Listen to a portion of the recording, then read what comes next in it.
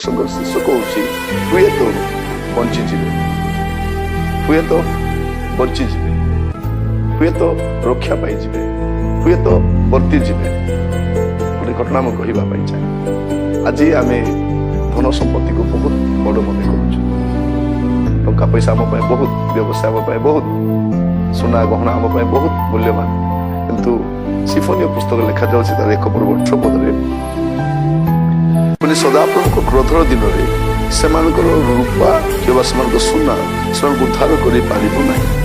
ମାତ୍ର ତାହାଙ୍କର ଅନ୍ତର୍ଜଳ ରୂପ ଅଗ୍ନିରେ ସମୁଦାୟ ଦେଶ ଗ୍ରାସିତ ହେବ, କାରଣ ସେ ଦେଶ ନିବାସୀ ସମସ୍ତଙ୍କୁ ନିଃଶେଷ କରିବେ ଏବଂ ଭୟାନକ ନିଃଶେଷ କରିବେ। ଏଇଟା ଆମେ ଦେଖୁ କ'ଣ ଲେଖାଯାଉଛି ଯେ ପ୍ରଭୁଙ୍କର କ୍ରୋଧର ଦିନରେ ଆମମାନଙ୍କର ଟଙ୍କା ପଇସା, ଆମମାନଙ୍କର ଧନରତ୍ନ ଆମକୁ ରକ୍ଷା କରିପାରିବ ନାହିଁ। ଗୋଟେ ଦିନ ଆସୁଛି, ଆଜି କାମରେ ଆସୁଛି। ଆଜି ଆପଣଙ୍କ ଟଙ୍କା ପଇସାରେ ଘର ବନେଇ ପାରୁଛନ୍ତି, ଗାଡ଼ି କିଣି ପାରୁଛନ୍ତି, ସୁନା ଗହଣା କିଣି ପାରୁଛନ୍ତି, ଯାବତୀୟ ସୁଖର ବିଷୟ କିଣି ପାରୁଛନ୍ତି। କିନ୍ତୁ ଗୋଟେ ଦିନ ଆସିବ, ପ୍ରଭୁ ଯେତେବେଳେ ବିଚାର କରିବାକୁ ଆରମ୍ଭ କରିବେ, ତାଙ୍କର କ୍ରୋଧ ପ୍ରକାଶିତ ହେବ। ସେଇ ସମୟରେ ଆପଣଙ୍କର ଅର୍ଥର ବିନିମୟରେ ଆପଣ କିଛି ପାଇପାରିବେ। ଏଇଟା ବାଇବେଲ ଆମକୁ ଶିଖାଏ। ଆପଣ ଯାହା ବି କରୁଛନ୍ତି ମନେ ରଖନ୍ତୁ, ଗୋଟେ ଦିନ ଆସିବ ଯେ ଏ ଟଙ୍କା ପଇସା ଆପଣଙ୍କୁ ଉଦ୍ଧାର କରିପାରିବନି, ଆପଣଙ୍କ ଜୀବନକୁ ବଞ୍ଚାଇ ପାରିବନି। ପ୍ରଭୁଙ୍କ ସମ୍ମୁଖରେ ଯେଉଁ ବିଚାର ଅଛି ସେଇଠୁ ଆପଣ ବର୍ତ୍ତି ପାରିବେ ନାହିଁ। ଏଇଟା ଆପଣ ମନେ ରଖିବା ଦରକାର। ପ୍ରଭୁ ତାଙ୍କ ବାକ୍ୟ ଜରିଆରେ ଆପଣଙ୍କୁ ମଧ୍ୟ ସଚେତନ କରାଉଛନ୍ତି। ତଳେ ଲେଖାଯାଉଛି 2 ପର୍ବ ତାର ପ୍ରଥମ 3 ପଦରେ, ହେ ଲଜ୍ଜାହୀନ ଗୋଷ୍ଠୀ, ତୁମେମାନେ ଏକତ୍ର ହୁଅ, ଏକତ୍ର ହୁଅ। ଆଜ୍ଞା ସଫଳ ହେବା ପୂର୍ବେ, ଦିନ ତୁଷ ପରି ଉଡ଼ିଯିବା ପୂର୍ବେ, ସଦାପ୍ରଭୁଙ୍କ ପ୍ରଚଣ୍ଡ କ୍ରୋଧ ତୁମମାନଙ୍କ ଉପରେ ଆସିବା ପୂର୍ବେ, ସଦାପ୍ରଭୁଙ୍କ କ୍ରୋଧର ଦିନ ତୁମମାନଙ୍କ ଉପରେ ଆସିବା ପୂର୍ବେ ଏକତ୍ର ହୁଅ। ବାରମ୍ବାର ଲେଖାଯାଉଛି ସେଦିନ ଆସିବା ପୂର୍ବେ, ସେଦିନ ଆସିବା। ଦେଖନ୍ତୁ, ଆଜ୍ଞା ସଫଳ ହେବା ପୂର୍ବେ, ଦିନ ତୁଷ ପରି ଉଡ଼ିଯିବା ପୂର୍ବେ, ସଦାପ୍ରଭୁଙ୍କ ପ୍ରଚଣ୍ଡ କ୍ରୋଧ ତୁମମାନଙ୍କ ଉପରେ ଆସିବା ପୂର୍ବେ, ସଦାପ୍ରଭୁଙ୍କର କ୍ରୋଧର ଦିନ ତୁମମାନଙ୍କ ଉପରେ ଆସିବା ପୂର୍ବେ ଏକତ୍ର ଫେରି ଆସିବା, ସଜାଡ଼ିବା। ଏଇଟା କୁହାଯାଉଛି।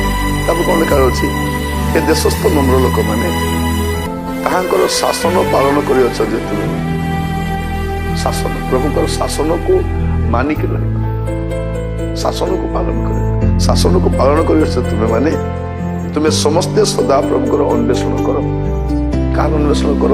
ଏ ଟଙ୍କା ପଇସା ଜଗତ ପଥର ଅନ୍ୱେଷଣ କର ନାହିଁ, ସଦାପ୍ରଭୁଙ୍କ ଅନ୍ୱେଷଣ କର, ଧର୍ମର ଅନ୍ୱେଷଣ କର, ନମ୍ରତାର ଅନ୍ୱେଷଣ କର।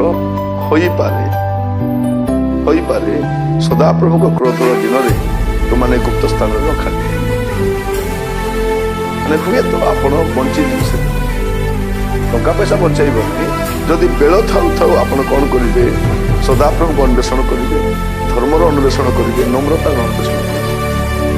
ହୋଇପାରେ ବର୍ତ୍ତିଯିବେ। ଏଇଟା ରେପ୍ଚର ବିଷୟ କୁହାଯାଏ।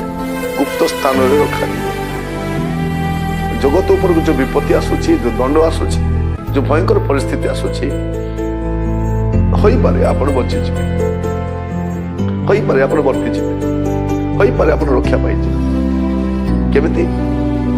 ଯଦି ବେଳ ଥାଉ ଥାଉ ପ୍ରଭୁଙ୍କ କତିକି ଫେରି ଆସିବେ, ଅନୁତପ୍ତ ହେବେ, କ୍ରନ୍ଦନ କରିବେ, ବିଳାପ କରିବେ, ପ୍ରଭୁ କହିବେ, ଲର୍ଡ ଆଇ ଏମ୍ ସରି।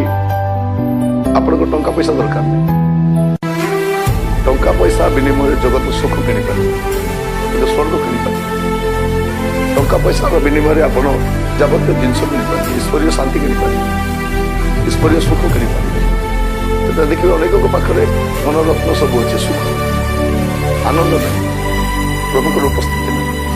ଅଭିଷେକ ତ ପଇସା ଦେଇ କିଣିପାରିବେ, ଐଶ୍ୱର୍ଯ୍ୟ ସୁସ୍ଥତା ପଇସା ଦେଇ କିଣିପାରିବେ। ଆମେ ଭାବୁଛୁ କ'ଣ, ଆମେ ପଇସା ଦେଇ ପ୍ରାର୍ଥନା କରିବା ଦ୍ୱାରା ପ୍ରଭୁ ସୁସ୍ଥ କରୁଛନ୍ତି? ନାହିଁ, ପଇସାଟା ପ୍ରଭୁ ନେଉନାହାନ୍ତି, ପ୍ରଚାରକ ନେଉଛନ୍ତି। ପ୍ରଭୁ ସୁସ୍ଥ କରିବା ପାଇଁ ପଇସା ନିଅନ୍ତି, ତ ଦୟାମୟ ପରମେଶ୍ୱର ଦୟା କରୁଛନ୍ତି। ଆପଣ ଭାବନ୍ତୁ ନାହିଁ ଯେ ମୁଁ ପଇସା ଦେବା ଦ୍ୱାରା ପ୍ରଭୁ ମୋତେ ଦୟା କରୁଛନ୍ତି। ଆପଣ କେତେ ଦେଇ ପ୍ରଭୁଙ୍କର ଦୟା ପାଇପାରିବେ, ଫେଭର ପାଇପାରିବେ, ଏଇଟା ଆପଣ ଭାବନ୍ତୁ ନାହିଁ। ତ ଯଦି ଆପଣ ଆଜି ବେଳ ଥାଉ ଥାଉ ଜୀବନକୁ ସଜାଡ଼ିବେ, ଅବାଟରୁ ଫେରି ଆସିବେ, ଦୁଷ୍ଟତାରେ ଫେରି ଆସିବେ, ହୋଇପାରେ ହୁଏତ ଆପଣ ବଞ୍ଚିଯିବେ। ରେପ୍ଚରରେ ଆପଣ ଚାଲିଯିବେ, ମେଘମାଳକ ନୀତ ହେଇଯିବେ, ଗୁପ୍ତ ସ୍ଥାନ ରଖାଯିବ।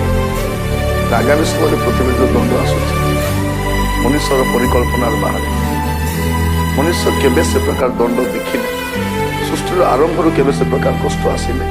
ଲୋକମାନେ ନୋହଙ୍କର ସମୟରେ ଘଟଣା ଦେଖିଛନ୍ତି, ଲୋଟଙ୍କ ସମୟରେ ଘଟଣା ଦେଖିଛନ୍ତି, ଅନେକ ଭୂମିକମ୍ପ ଦେଖିଛନ୍ତି, ଅନେକ ପ୍ରକାର ମହାମାରୀ ସୁନାମି ଦେଖିଛନ୍ତି। ଗତ ଦିନମାନଙ୍କରେ ଆମେ କରୋନାର ପ୍ରକୋପ ବି ଦେଖିଛୁ। କିନ୍ତୁ ଆଗାମୀ ସମୟରେ ପ୍ରଭୁଙ୍କର ଯେଉଁ ଦଣ୍ଡ ଆସୁଛି ସେ ଦଣ୍ଡ ଆପଣଙ୍କର ଚିନ୍ତାର ବାହାରେ। ଯଦି ଆଜି ଆପଣ ପ୍ରଭୁଙ୍କ କତିକି ଫେରି ଆସିବେ ହୋଇପାରେ ଆପଣ ବଞ୍ଚିତ।